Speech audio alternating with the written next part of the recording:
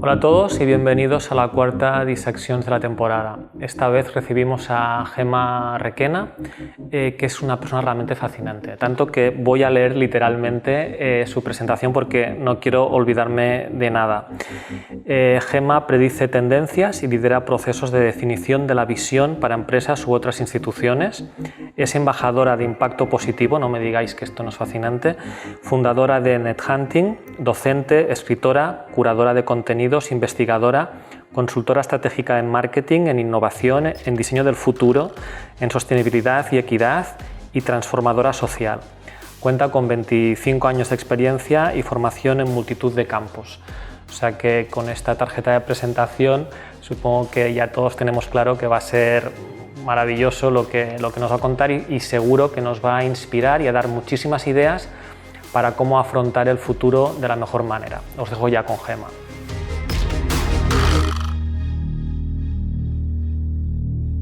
Bueno, pues lo primero de todo, muchas gracias Jordi y a LCI por invitarme. Y nada, pues aquí estoy. A mí me han contado que tengo que explicaros 5 referentes y 5 tendencias, así que voy a empezar con los referentes. Referentes básicamente porque me han ayudado, después de hacer aquí un pensamiento sobre ellos, a ser quien soy a nivel profesional, pero también a nivel personal. El primero ha sido viajar. Bueno, quizás para mucha gente viajar es importante, para mí ha sido determinante. Creo que desde que tengo uso de razón me encantan los aeropuertos. Adoro coger un vuelo largo. O sea, hay algo que me produce una cierta excitación cuando tengo por delante un viaje. Pero sobre todo, para mí ha sido determinante a la hora de conocer nuevas culturas y admirar la diversidad. O sea, me ha producido una forma de mirar la vida diferente, con mucha más tolerancia de la que a lo mejor, si evidentemente no hubiera viajado tanto, no tendría. Entonces, al viajar le repercuto como referente mi capacidad de aprender a mirar de una forma diferente y admirar la diversidad. Y espero seguir pues en ello, a pesar de la gran globalidad en la que vivimos, que cada vez te cuesta más encontrar esas diferencias. El segundo referente tiene mucho que ver con algo que me apasiona desde pequeñita, que son todo lo que son culturas y movimientos emergentes, todo lo que tiene que ver especialmente con los movimientos urbanos. Y aquí entra desde los punks, entender el movimiento punk, los mods, los hippies, aspectos como mucho más a lo mejor difíciles de entender, como pues, la gentrificación, las primeras gentrificaciones, que yo siempre las he asociado mucho al Soho neoyorquino, la caída del muro de Berlín. Todo este tipo de movimientos urbanos, emergentes y culturales para mí han sido siempre una fuente de información. Y muy interesantes porque además estaban muy cargados de valores, o sea, muy cargados de significado, cosa que ahora tengo que decir que no pasa tanto. Y esos significados y esos valores se traducían mucho a nivel filosófico y a nivel estético. Y además, o sea, era una fuente muy interesante, por lo menos a mí me ha servido mucho, y aquí está el referente, para entender cómo se propagan las tendencias, ¿vale? Ese fenómeno de propagación a partir de lo emergente me lo ha otorgado mucho todos los movimientos, más culturalmente emergentes desde abajo. Como tercer aspecto referente, me voy a ir a la moda. Y no porque sea como algo, el sector referente en mi vida únicamente, sino como lenguaje. Podría citar diseñadores que me han encantado, pero no es que yo tenga un diseñador de cabecera ni alguien a quien admire por especial, ¿no? O sea, me encanta pues, la irreverencia de Yves Saint Laurent, de mezclar el rojo con el rosa y tirar para adelante y sacarlo en una pasarela. Me encanta Cardin porque me enseñó cómo el marketing se puede llevar a la moda, porque es el precursor de ello. Pues me encanta Marc Jacobs por su irreverencia de coger y meter todo lo urbano en el lujo. Pero no es que ninguno de ellos sea el tope, sino la capacidad de haber entendido la moda como un lenguaje me ha dado una cosa que también utilizo mucho en mi trabajo, que es entender de sociología. No hay ningún otro sector que me haya enseñado más de sociología que la moda. Y yo siempre recomiendo que se estudie o se conozca un poco de sociología de moda, porque es más importante el significado que tiene que no la prenda en sí mismo. Y luego a mí misma también me ha servido para manifestarme. O sea, ha sido una especie de lenguaje. A quien de pequeña tenía la música, pues yo tenía la moda. Entonces es mi tercer referente. El cuarto es algo que creo que cualquiera que me conozca lo sabe perfectamente. Está en mi ABC y es la ciudad de Nueva York. La ciudad de Nueva York al final a mí me lo ha dado todo. O sea, me ha dado la capacidad de realizar un proyecto único de exploración. O sea, son muchos años los que llevo visitándola, pero cuando estuve viviendo allí tuve la oportunidad de hacer un proyecto único de exploración que derivó en un libro y que derivó, se llama Una Cool Hunter en Nueva York, y que derivó en un modelo de investigación que a fecha de hoy es vigente y que incluso el Ayuntamiento de Barcelona lo llevó a cabo dentro de la ciudad de Barcelona. Entonces me enseñó metodología dentro del caos, que evidentemente es esta ciudad que es muy caótica. Y el quinto, pues hombre, a ver, alguna persona tenía que haber por en medio, ¿no?, de tanto referente abstracto. En ese caso, pues como referente quinto voy a decir mi familia y mis amigos. O sea, tengo la suerte de que mis padres me han educado de una forma en la que, pues bueno, siento que no me siento desigual a nadie. O sea, ahora que estamos en tantos sismos, pues la verdad me siento muy igual y eso me da mucha fortaleza. Y luego especialmente voy a destacar a una persona dentro de mis muchos amigos que me han ayudado a conformar y a entenderme, porque a veces uno necesita las personas de delante para entenderte. Voy a destacar a Laura, una persona que en mi vida fue muy importante, lamentablemente falleció, y fue la persona que más me ayudó a entender las habilidades que yo tenía alrededor del mundo de las tendencias. Así que esos son mis 5 referentes y ahora voy con las tendencias. Bueno, como tendencias me ha costado escoger. ¿Por qué? Porque yo en realidad, tal y como las trabajo desde lo macro hasta lo micro, ¿vale? Desde lo macro, yo normalmente, anualmente, tengo pues radiografiadas entre 10 y 15 macrotendencias con sus diferentes expresiones, que es lo que va variando sobre todo año a año. Entonces, evidentemente, escoger 5 solamente pues es un poco difícil porque realmente, o sea, no hay 5 que sean únicamente las que van a marcar el futuro desde el presente, pero bueno, he hecho un proceso de selección y me he quedado con 5 de ellas. 5 de ellas, una que va a ser relacionada con la salud, porque es el catalizador de consumo más grande que ahora mismo pues está marcando, junto con otra, pero bueno, voy a centrarme en la salud, el catalizador de consumo más grande dentro de los sectores. Las otras 2 son 2 tendencias, 2 macrotendencias que básicamente hay que tenerlas en el radar de todos. O sea, lo que es importante es entender las expresiones en las que están, porque son las que están marcando hacia dónde va el futuro. Uno es la sostenibilidad, evidentemente, y el otro es todo lo que tiene que ver con la capa digital o digitalización. Y por último, he escogido otras 2 tendencias, otras 2 macrotendencias que están ahora mismo marcando mucho el panorama cultural en el que nos estamos moviendo. Y además, entre ellas, de alguna forma, se contraponen, tienen ciertas contratendencias. Una es la inclusividad y la otra es la polaridad. ¿Vale? Dicho esto, voy a empezar con la primera, con salud. Un poquito de agua. Salud. Al final hay que entender que la salud como tal no había tenido tanto peso ni tanta carga a nivel de valor y emocional para las personas hasta hace unos años, bastante reciente, y os diría que podemos situarlo pues, en este último siglo, en el siglo XXI. ¿Por qué? Porque este siglo que estamos viviendo está cargado de ataques al bienestar. El estrés, las crisis económicas, ¿qué os voy a decir ahora? La pandemia, un montón, la polaridad en la que vivimos, la ansiedad climática. Hay un montón de cosas que nos están violentando, ¿vale? Entonces, como nos están violentando, hay que entender que las tendencias tienen mucho que ver con psicología y con sociología. ¿Qué hacemos las personas? Pues contrarrestar con rutinas saludables, buscar la forma que de alguna forma nos haga supervivientes como especie. Eso que empezó sobre todo pues en el 2000 algo con dos sectores muy concretos que además pues evidentemente son lógicos, como es la alimentación y el deporte, porque digamos que al menos esos dos siempre han estado un poco vinculados a la salud, han ido como creciendo y creciendo, y hoy en día la salud está dentro del ámbito financiero, está dentro del ámbito de la belleza, está dentro del ámbito de la hostelería y ha llegado a cualquier ámbito. De hecho, la OMS mismo califica y tiene radiografiado 10 ámbitos en los cuales el ser humano tendría que alcanzar un nivel de bienestar suficiente como para sentirse saludable y a gusto, ¿no? Imaginaros la cantidad de sectores que pueden beneficiarse de ello.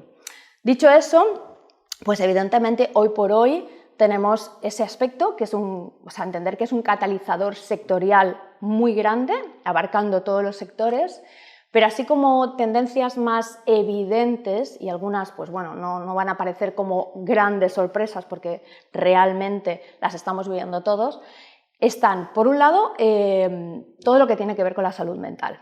Hasta ahora estábamos mucho más centrados a lo mejor en la salud física, pero ya llevamos como unos cuantos años, no es únicamente ahora por la pandemia, pero evidentemente esto ha sido como un impulsor de muchas de las tendencias que ya teníamos radiografiadas, pues la salud mental está en el radar de todo el mundo. Se dice que una de cada 4 personas tendremos un problema mental en los próximos años. Y es más, los datos son que el coste de problemas de salud mental para la economía mundial en 2030 será de 16 billones de dólares. Entender que, si esto lo unimos con sostenibilidad, es un tema muy importante. Dicho eso, evidentemente está todo lo que nosotros podemos hacer por paliar y todos los sectores que están intentando de alguna forma también marketingizar este tema y buscar soluciones para ello. Aquí tenemos desde todo lo que son estrategias para desconectar de las redes, que hay cada vez más, todo lo que son las microdosis, por ejemplo, todas las drogas psicodélicas que están volviendo, o algo que está siendo cada vez más notable, que es prescribir contenidos. Los contenidos al final tienen un efecto en los neurotransmisores y nos ayudan a mejorar nuestro estado de ánimo, y esto cada vez se está viendo más. Otro aspecto importante dentro de las tendencias de salud es la automejora. ¿Por qué? Porque queremos nuestra mejor versión. Y nuestra mejor versión ya no es solamente física, es una versión espiritual, es una versión intelectual, de ahí el auge de las formaciones y de un montón de cosas. Buscamos nuestra mejor versión de nosotros mismos igualmente por eso, porque queremos sentirnos resilientes hacia el entorno hostil en el que vivimos. Otro aspecto importante es el bienestar urbano. Este también va a ser uno de los aspectos que va a crecer más en los próximos años. ¿Por qué? Porque el reto es grande. Nos hemos dado cuenta de que vivir, y esto sí que ha tenido mucho que ver la pandemia, vivir en las ciudades a veces no es agradable, no es saludable. Intentar ahora equiparar todo lo que el entorno rural tiene a un entorno urbano va a ser uno de los grandes retos a nivel de bienestar. Y por último, tenemos un gran bloque, que esto va a ser pues ya la hecatombe de todo lo que puede venir, que tiene que ver con la tecnología y la salud. Ahí vienen las grandes innovaciones, van a estar absolutamente ligadas, vamos a ver muchos cambios, vamos a ver todo lo que es tecnología predictiva, vamos a ver cómo evidentemente los gadgets que llevamos encima van a ayudarnos a mejorar la salud, pero también no es tan claro que vayan a convertirnos en sociedades más saludables. ¿Por qué? Porque gracias a algoritmos y a sensores biométricos, por el 2050 es muy probable que puedan diagnosticarnos las enfermedades antes de que ni siquiera nosotros las sintamos. Eso estará muy ligado a los seguros de salud, con lo cual siempre estaremos sufriendo una enfermedad. Entonces hay que estar atento porque a veces también estas cosas pueden derivar no en mejoría, sino en quizás sociedades más controladas y más difíciles de llevar. Más sanos, más enfermos, todavía no lo sabemos, pero ahí está. Pasamos a la segunda.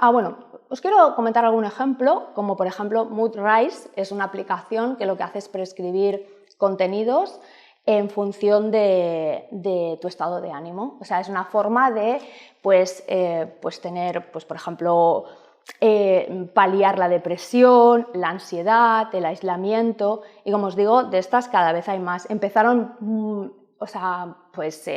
marcas muy básicamente, como podía ser Netflix o Spotify, pero cada vez hay ejemplos más sofisticados. E incluso es muy interesante ver cómo cosas que aparentemente estarían bastante lejanas se van acercando cada vez más a este concepto de salud mental y bienestar. Si alguien ha estado o puede estar, en Nueva York han abierto un museo del slime, ¿sabéis? Esta cosa que los niños juegan, los niños y los adultos, y lo enfocan a que es una forma de desconexión de lo digital y que produce lo que se llama el ASMR, o sea, la respuesta sensorial meridiana autónoma, que nos ayuda a desconectar y a mejorar nuestros ritmos de sueño. Con lo cual, imaginaros hasta qué sectores están entrando, o sea, la museística y lo lúdico, para mejorar nuestra salud. Vamos con otro ejemplo, la inclusividad, ¿vale? O sea, otra de las macro tendencias, también bastante interesantes cuando profundizas un poco en ella. ¿Por qué? Porque en el fondo, estamos muy lejos de alcanzarla. Estamos muy interesados, estamos muy volcados en ella, pero muy lejos de alcanzarla. Es cierto que ha habido unos cuantos años, o los últimos años, hemos hecho un gran esfuerzo por entender precisamente que somos diversos, que claro, evidentemente, o sea, lo que no entiendo es cómo hasta ahora no lo habíamos entendido, pero bueno, es curioso verse en esa situación de que realmente las hegemonías con las que hemos vivido pues son tótems que se están cayendo, ¿no? Y entonces entra toda esa complejidad que la diversidad nos está trayendo. Pero de ahí a que seamos inclusivos, se está generando mucha polémica y vais a verla cada vez más. De hecho, bueno, hay conceptos como la equidad que van a estar trabajando cada vez más con nosotros, y dentro de la inclusividad van a entrar aspectos que tienen mucho que ver ya no solamente con la convivencia entre personas, sino con la convivencia con la tecnología. Evidentemente con los robots, con los avatares y con la tecnología inclusiva, que también tiene que serlo.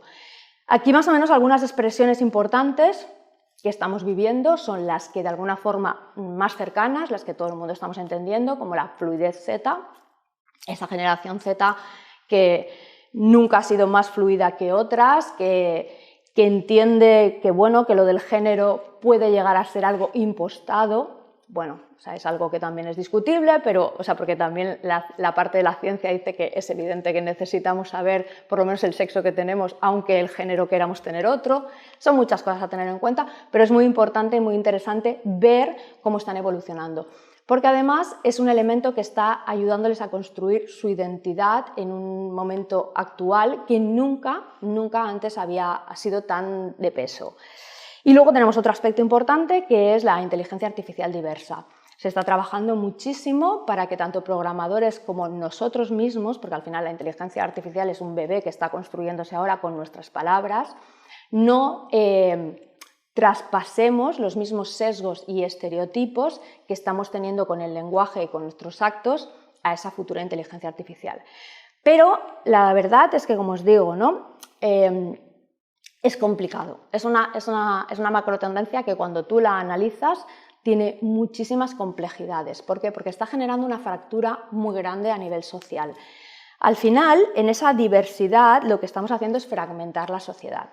Y en la fragmentación social empiezan muchísimos otros conflictos que nos están llevando a no trabajar desde lo colectivo, que es uno de los retos que tenemos ahora para tirar adelante hacia el futuro, y trabajar mucho más desde las individualidades. O sea que este es un aspecto a tenerlo muy en cuenta y observarlo. Y luego, como os decía, otro aspecto importante es empezar a observar cómo van a ser esas nuevas relaciones que vamos a tener. Desde la ciberantropología se está utilizando y se está analizando mucho el human versus machine, pero que bueno, va a ir evolucionando mucho más, no solamente con los robots, sino con los avatares, ¿no? O sea, evidentemente, al final nuestros clones digitales también vamos a tenernos que relacionar con ellos, y además probablemente cada uno tendremos más de un clon digital, más de un avatar, y además hay un tema importante que ya se está viendo dentro de inclusividad, que es que los avatares femeninos y racializados se cotizan menos. Entonces, bueno, son temas que hay que analizarlos y verlos. ¿Qué más? Aquí os puedo decir desde ejemplos como Fluid, que es una tienda en Nueva York, que fue la primera tienda que se abrió de género fluido, hasta, por ejemplo, algo que me pareció bastante interesante, Tesco en UK, en el momento del Ramadán, decidieron que sus vallas publicitarias no anunciaran comida hasta que no llegaba la hora del atardecer, ¿no? Y de hecho las vallas estaban justo enfrente o sea, opuestas al sol para que se viera el atardecer, y entonces aparecía la comida un poco en respeto y en tolerancia, evidentemente, al colectivo. Hay muchísimos ejemplos, pero bueno, os dejo este par para que los tengáis así como radiografiados. Vamos con una tercera que, como os digo, contrapone un poco con esta necesidad de inclusividad en la que estamos, que es la polaridad. La polaridad, digamos que, como tal, no es que sea nueva, ¿no? Pero nunca había sido tan politizada ni conflictiva como ahora. Estamos cada vez apuntando a una sociedad más radical.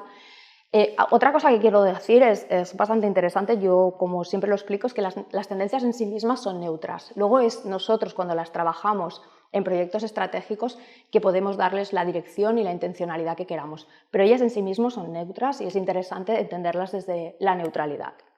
Entonces, la polaridad al final nos está llevando a tener una sociedad en la que parece que todos tenemos que ser políticamente correctos, situados en algún bloque, cuando en realidad los seres humanos somos absolutamente poliédricos, ¿no?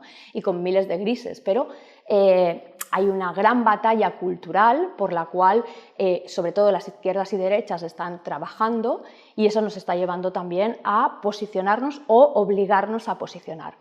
Aquí los aspectos más importantes son esos, el hecho de que socialmente nunca habíamos sido tan radicales, o sea, y además es muy curioso porque en esa radicalidad precisamente somos menos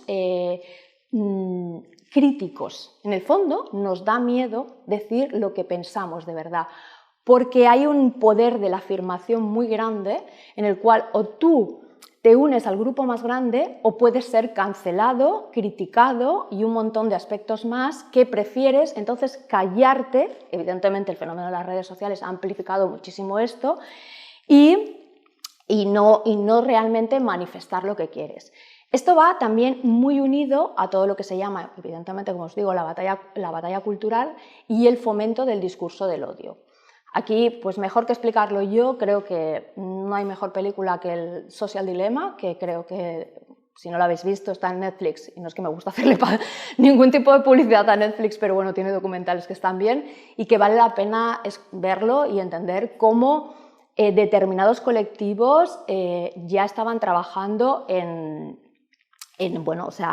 cómo pueden enfrentarnos y cómo pueden jugar con las redes sociales para generar esto que al final es económicamente rentable, que es lo que tiene por detrás, ¿no? Luego hay un aspecto súper interesante que se está viendo crecer cada vez más, que yo le llamo la influpolítica. La unión entre influencers y políticos. Sobre todo en las izquierdas está pasando muchísimo, ¿no? Entonces, es muy interesante ver cómo los políticos se están convirtiendo en influencers. No sé si alguien conoce el podcast de Gabriel Rufián. O los influencers están posicionándose claramente en política. Aquí os recomiendo a Inés Hernán. O sea, por poneros dos ejemplos, pero hay muchísimos más, ¿no? Esta unión es muy interesante porque se está librando una gran batalla. O sea, tenemos que entender que, aunque no lo veamos, se está librando una gran batalla en nuestros territorios, entre izquierdas y derechas, por la cultura. Y eso nos está, pues, separando como colectivo, incluso como clase social, ¿eh? Imaginaos que la clase obrera también ha desaparecido, o sea, hoy por hoy. Es bastante interesante y bastante difícil a veces de explicar con poco tiempo, pero yo os animo a que lo observéis. Y luego, evidentemente, para mí lo más crítico y lo más difícil, y que parece que está bien visto, pero que hay que entenderlo de alguna forma, que no sabemos dónde nos puede llevar, es la cultura de la cancelación. La cultura de la cancelación al final es entender que quien tiene las manos del presente tiene las manos del pasado y del futuro. Eso estaba en los libros, o sea, los antiguos señores de la Iglesia que escribían en los libros son los que al final han dicho cómo era la historia. Pues ahora estamos intentando replicar lo mismo sin tener en cuenta que al final no podemos cancelar todo lo que es un pasado o un presente porque es por lo que estamos aquí, ¿no? Nos parece como que es más interesante cancelar lo que no nos parece políticamente correcto, en vez de tratar de entenderlo y, a lo mejor, evidentemente, posicionarte en contra de ello, pero no cancelarlo, ¿no? Es un arma de doble filo, es muy conflictiva porque realmente no sabemos qué parte de la historia entonces nos contarán. Eso pasa mucho en los museos, por ejemplo. O sea, hay quien decide no contar la guerra civil. Entonces, no podemos cancelar algunas cosas porque realmente nos lleva a tener conflictos y poca neutralidad a la hora de generar opiniones. Entonces, y además esto, evidentemente, como os decía, va totalmente en contra de lo que es realmente la inclusividad. Con esto me encamino ya a las últimas dos macro tendencias, que, como os digo, son realmente, las más importantes, también porque son las que diríamos que llevan más tiempo conviviendo con nosotros, y solamente voy a matizarlas un poquito, porque, por ejemplo, sostenibilidad en sí misma, que yo la llevo analizando hace más de 20 años, pues digamos que desde los 70 aquí ha ido evolucionando, o sea, entonces es muy difícil radiografiarla en pocos minutos. Os diría que hoy por hoy yo puedo tener como 10 macroexpresiones ahora mismo solamente de sostenibilidad en este momento, pero me voy a quedar con lo más importante. Lo más importante es entender que la sostenibilidad en este momento lo que está haciendo, aparte de evidentemente entenderla desde su parte más holística, que ya ha sido un reto en sí mismo entenderla, y esto afortunadamente los Objetivos de Desarrollo Sostenible nos han ayudado mucho. En el 2015, aunque no lo pongamos tan en valor, se hizo el pacto multilateral más importante de la historia reciente de la humanidad. Y consiguieron definir en 17 retos que la sostenibilidad no es solamente algo medioambiental, sino que es algo también social, y que una cosa va ligada con la otra. Eso ya de entrada es un reto importante entenderlo así.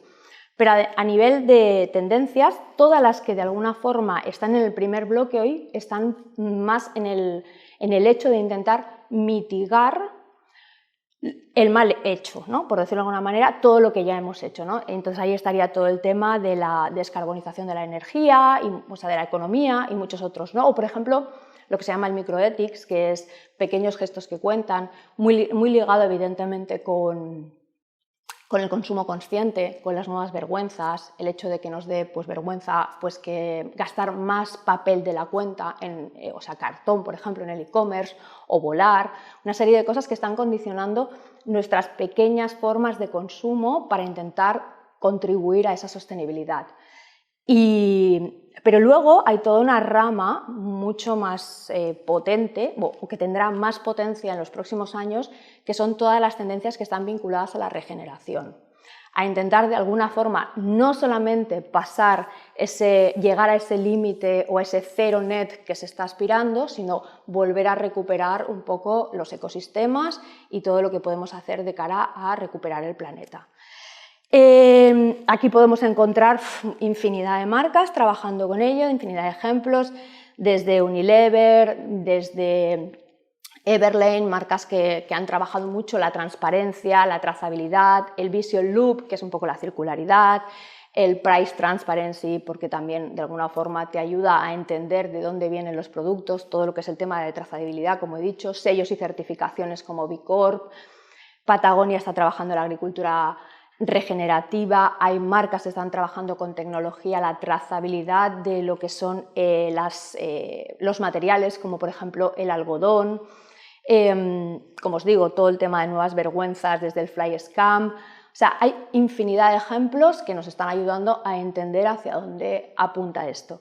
Y para acabar, pues acabaré con lo que sería como el gran cambio disruptor en los últimos años. Para entender también, la tecnología en sí misma no es ninguna tendencia. La tecnología lo único que nos ayuda es a impulsar tendencias o a entender tendencias. Lo que sí identifico yo como una tendencia es entender que vivimos desde hace ciertos años rodeados de una nueva capa digital y que nada de lo social se entiende sin ello. Pues nos ha dado todo lo que es la movilidad on the go, la accesibilidad, o sea, un montón de aspectos nuevos de nuestra vida, o sea, incluso el acceso a la información, ¿no? ¿Alguien se acuerda cómo se buscaba la información antes de Google? Porque supongo que muchos no. Entonces, todo eso ya no se entiende, y no se entiende además si no tenemos un centro de control a nuestro lado que nos facilita todo, que es, en el mejor de los casos o en el más simple de los casos, un smartphone, ¿vale? Entonces, también es importante entender que toda tecnología no se suma a nuestra capa digital hasta que no es confortable para nosotros. Y lo digo porque muchas veces en este bloque en concreto hay muchos hypes. Entonces, en este aspecto, para mí lo más importante, lo que voy a destacar es, pues en estos próximos años lo que vamos a ver mucho es desmaterialización y plataformización de la economía. Evidentemente los nuevos meta y multiversos que van un poco guiando, les queda tiempo, no es que vaya a ser algo inmediato, pero si es algo importante es que el desvanecimiento de lo material también va a no solamente afectar a la economía, sino a afectar a nuestra forma de ver y percibir la realidad y nuestras relaciones. Y aquí es donde deberíamos estar un poco entendiendo qué es lo que va a pasar cuando convivamos y entendamos mentalmente cómo son esas realidades híbridas que todavía, a pesar de que se hable mucho, no las hemos interiorizado mentalmente. Tendremos una nueva percepción y una nueva construcción de la realidad. Pues nada, yo con esto pues ya voy acabando. Hemos pasado por 5 de las macro tendencias. Ya os digo, hay muchas más, pero creo que con esto tenemos un buen panorama para ver un poco hacia dónde apuntamos. Y solamente decir que no es porque sea mi trabajo y porque realmente me apasiona, es entender que al final las tendencias son un atajo para la innovación y una herramienta que nos contribuye muchísimo al diseño de futuros. Y nada, daros las gracias de nuevo y bueno, si hay alguna pregunta, pues me podéis decir. Bueno, gracias Gemma, y ahora vamos a ir con las preguntas. Recordar que han sido preguntas que nos habéis mandado a través de las redes sociales y por lo tanto se han planteado antes de escucharte a ti, ¿no? Imagino que algunas hubiesen sido distintas si hubiesen sido a posteriori en este momento, pero bueno, cosas del online, ¿no? Nos preguntan, bueno, hemos recogido como 10 preguntas, ha habido muchas, pero hemos intentado, algunas eran parecidas, entonces hemos intentado sintetizar. Preguntaban en qué momento una tendencia deja de serlo. Bueno, eso es oficio, ¿eh? ¿En qué momento una tendencia deja de serlo? Pues, a ver, depende. Si es una macro tendencia, yo siempre lo explico con un framework. Los que han estado aquí en clase conmigo lo habrán visto bastantes veces. Y lo digo, si es una macro tendencia puede llegar a tener 10 y 20 años de duración. No es algo rápido, o sea, simplemente va evolucionando. Las micro tendencias sí que tienen una duración más corta, de 1 a 5. Cuando tú te dedicas a esto ya te vas dando cuenta, no solamente, o sea, yo lo asocio un poco a vibraciones, cuando tú dices esto va a empezar a funcionar porque se oye hablar mucho, porque realmente hay un contexto, una tendencia nunca está aislada, tiene mucho que ver con con lo social, con lo económico, con un montón de aspectos, con lo tecnológico, con lo legal incluso. O sea, por ejemplo, ahora muchísimas de las cosas que tienen que estar pasando y que van a pasar alrededor de la sostenibilidad van a tener que ver con el marco legal, con lo cual eso nos impulsará hacia un lado o hacia otro. O sea, tienes que estar radiografiando muchas cosas. ¿Cuándo deja de ser una tendencia? Bueno, pues cuando masivamente lo hemos abrazado todos, y cuando digo todos no es, o sea, unos cuantos que estamos ahí como en ello, ¿no? Porque también tenemos la tendencia a pensar que lo que nosotros vivimos es lo único que se vive, ¿no? Entonces eso tampoco es así, ¿no? Cuando hay un abrazo, o sea, ya lo habrán abrazado masivamente mucha gente y bueno, ya ves que, o porque de alguna forma, también es que depende del sector, ¿no? O sea, normalmente en casi todos los sectores las tendencias son cíclicas, ¿no? Y un poco esa teoría de que cuando una está un poco en el momento lagar puede empezar a resurgir, no es ilógico, y menos en el mundo de la moda. En el mundo de la tecnología, por lo menos, no pasa eso. Entonces, depende también del sector. De acuerdo. Nos preguntan también cómo es el día a día de un Cool Hunter. Bueno, primero, a mí la palabra Cool Hunter es algo de lo que intento un poco ya abstraerme, ¿no? O sea, la he llevado con mucho honor, estoy muy orgullosa, pero que me refiero. Para mí el Cool Hunter siempre lo he asociado mucho más a unas técnicas que tienen más que ver con la etnografía y con lo que es la investigación en calle, ¿no? Que por eso ponía la referencia de Nueva York y que me enseñó muchísimo, pero que realmente para mí, en el momento en que nace NetHunting, en el 2008, es para darle un salto, evolucionar a todo el tema del cool hunting. Afortunadamente hoy tenemos muchísimas más fuentes de información y que no están todas en la calle, sino que están en las redes. Lo interesante es combinarlas ambas, evidentemente. Entonces, claro, primero, matizo eso porque no me considero tanto una cool hunter como una analista de tendencias, incluso una catalizadora de conocimiento, bueno, otros aspectos, incluso Gay que me ha dicho futurista, bueno, X. Y luego voy a la parte del día a día. Pues el día a día no tiene tanto glamour, la verdad. O sea, siempre lo digo, que se nos han asociado ahí como una serie de cosas y no. O sea, el día a día tiene mucho rigor, tiene muchas horas de investigación, tiene gestión con los clientes, pues tiene lo que tiene cualquier trabajo, lo que sí tiene en mi caso, y creo que en la mayoría de las personas que nos dedicamos a esto, es pasión, porque realmente nos gusta. Pero más allá de eso, lo que tiene es muchas horas de investigación y generalmente haciendo mucho desk research, que es delante del ordenador.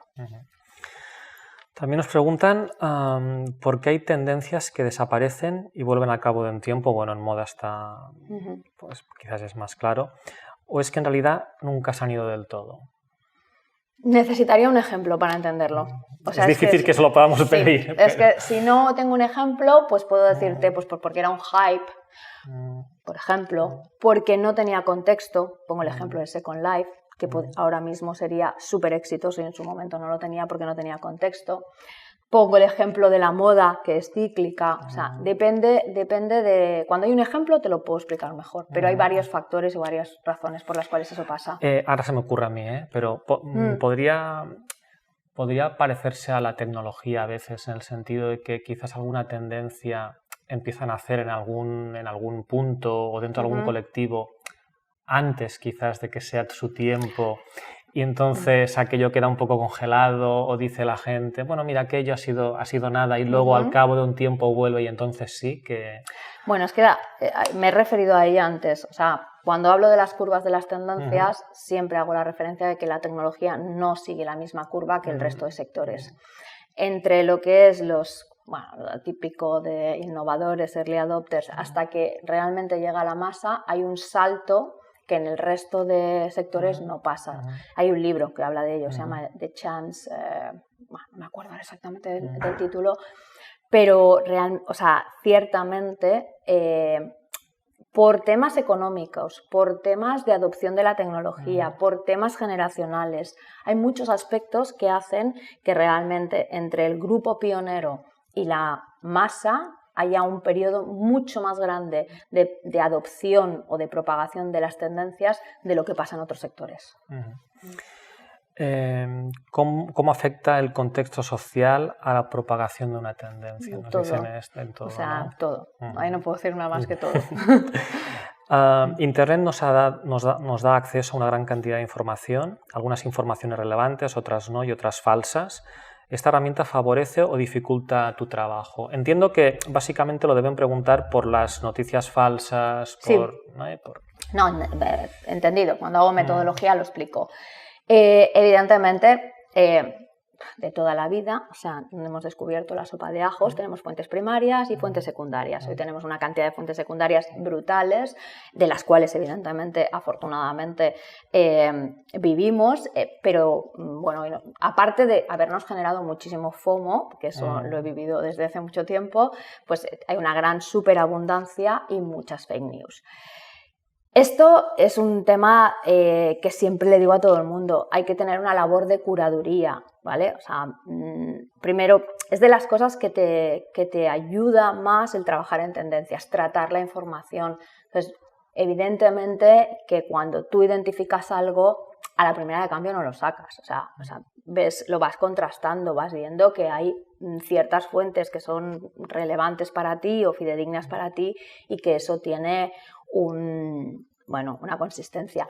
Y además es que yo no me baso en titulares de noticias, yo no digo, al contrario, más bien eso lo puedo decir precisamente para hablar de un fake news o algo así. Yo no digo, no, porque, no sé, Trump dijo tal o por los pues a mí no me vale de nada eso, ¿sabes? Entonces, los fake news al final también son titulares muy marcados y no es algo que me esté a mí nublando la vista, ¿sabes?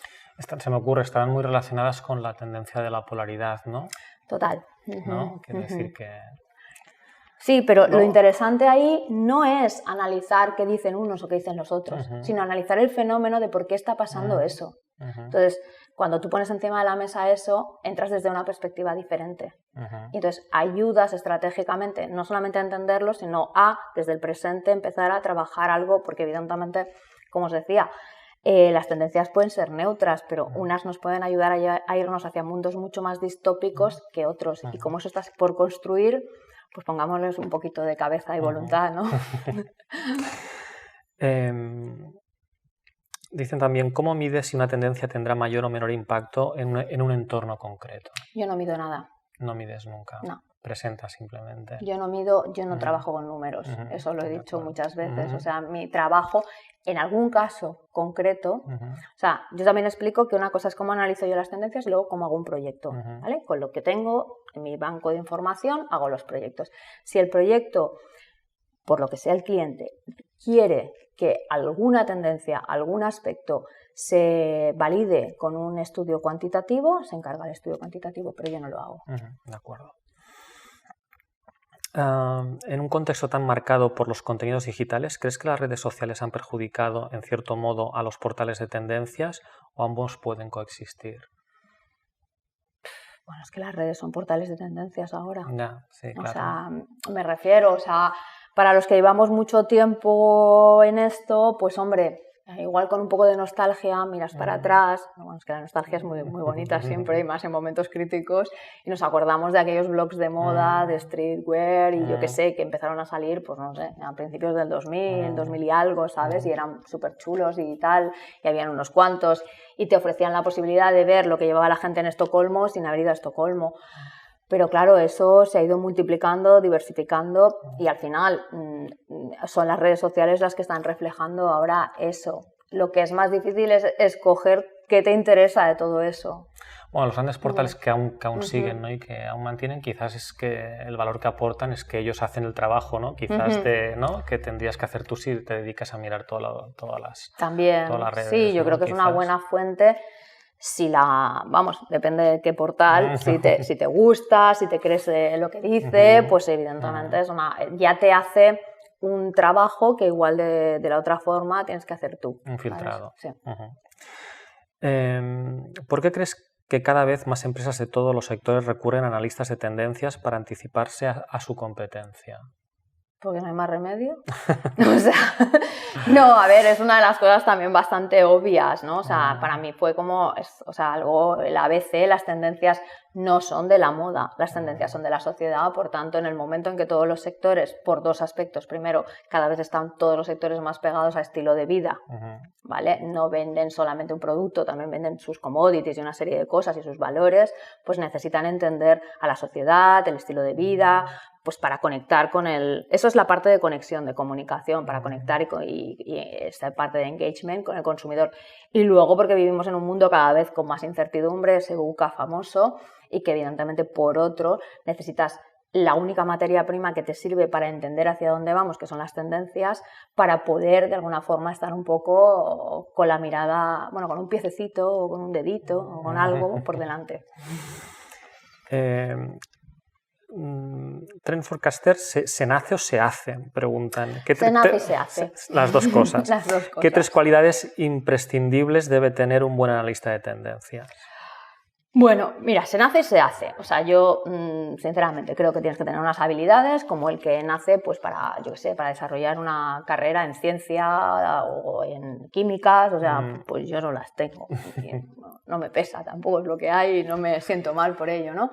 Luego, evidentemente, lo que sí se requiere es mucho entrenamiento, con lo cual hay gente que llegará más rápido y hay gente que llegará más lento, pero en el fondo también, evidentemente, a nadie le vas a decir, porque no has nacido ya no llegas. No, o sea, eso sería una falacia, ¿no? Entonces, para mí, características, bueno, la primera, la que siempre digo, es ser muy curioso.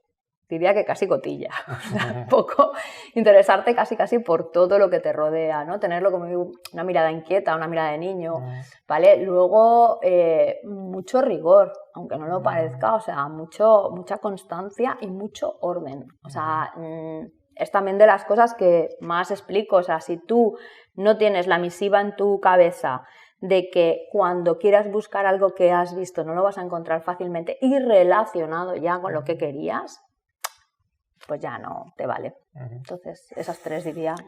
Vivimos en la era de la inmediatez y los tiempos han acelerado. ¿Se acortará cada vez más el ciclo de vida de las tendencias? Sí, tiene pinta de que sí.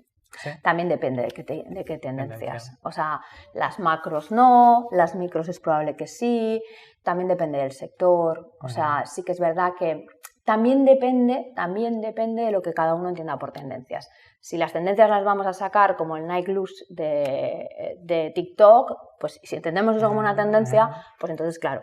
Pero para mí eso no es una tendencia, eso es simplemente, pues bueno, no tiene ningún tipo de contexto, es algo que nace y se muere. Ahí sí que es un tipo de hype clarísimo, ¿no? Entonces, sí que parece que las cosas se van acortando, pero no tanto como entender que realmente todo va a ser hoy nace y después. Porque al final es entender un poco que también es como que pensamos que estamos haciendo grandes revoluciones y es mentira. Las revoluciones necesitan mucho tiempo y yo que sé, que venga una marca y me diga no al no sé qué, no es una revolución. O sea, es algo que dices, bueno, pues mira, alzo la voz y oye, que me siga el grupo. Bueno, hemos acabado con las preguntas. A mí me viene a la cabeza... Una más. Una más. Ay, no. Una más. A ver. Sí, no, bueno, dos más, de hecho. Vaya. Pero bueno, una sería, es decir, las tendencias, es decir, cuando se presenta una tendencia un proyecto de tendencia, no sé si es adecuado hablar así, pero el simple hecho de que se presente por parte de determinados agentes la puede convertir en tendencia simplemente porque se dice que es una tendencia. Es decir, vivimos una sociedad que va a golpe de titular, ¿no? Y la gente se queda simplemente con los titulares, ha dicho esta persona ha dicho, ¿no? Empiezan a decir 3 personas, 3 gurús, ¿no? Ya. Lo que viene es esto y entonces ya no son 3, o sea, hay 6 medio gurús que siguen a los 3 y lo empiezan a decir, ¿no? Y entonces, ¿esto se produce? Es decir, ¿esto y puede llegar a calar una tendencia? Es decir, que... Bueno, yo siempre explicaba esto hace Pleistoceno 5 de mi momento de tendencias, que al final hay tendencias naturales, hay tendencias creadas desde el marketing y normalmente al final la mayoría de ellas nacen de una mezcla de las dos cosas, porque si no, pues no tienen consistencia. Si no, vuelvo a lo mismo, aunque sea una tendencia impostada, nacida desde el marketing, si no ha tenido una base social, ¿por qué? ¿Qué razón tengo yo para abrazar eso? ¿Qué es lo que realmente no tiene ningún sentido? Puede ser que sea algo que de golpe dices, bueno, venga, sí, pero, o sea, los smart gadgets al inicio, o sea, tuvieron su pico, y luego murieron, luego ya empiezan a tener un sentido, o sea, tienen que tener como mínimo los dos componentes. Mi segunda pregunta está relacionada un poco con esto. El componente del marketing, ¿no? Iría en la línea de... Hay muchos lobbies que se dedican a presionar a grupos políticos, a determinadas instituciones, etcétera, ¿no?